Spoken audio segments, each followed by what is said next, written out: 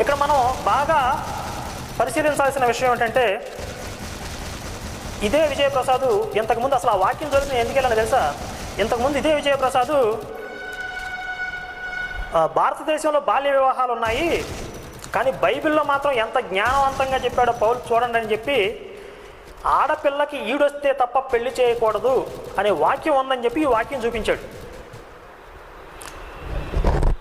నేను ఆ తర్వాత వీడియోలో, బాబు చిట్టి నువ్వు చెప్తున్నట్టుగా అక్కడ అర్థం లేదు, వేరే అర్థం వస్తుంది. తండ్రి కూతుర్ని పెళ్లి చేసుకోవచ్చు, కుమార్తెకు ఈడు మించిపోయిన ఎడల ఆమె పెళ్లి కాకుండా మిగిలిపోతే, ఏజ్ బార్ అయిపోతే అతను తన ఇష్టం వచ్చినట్టు చేయొచ్చు, ఆమెను పెళ్లి చేసుకోవచ్చు, అందులో పాపం లేదు అని అర్థం వస్తుంది అని చెప్పాను.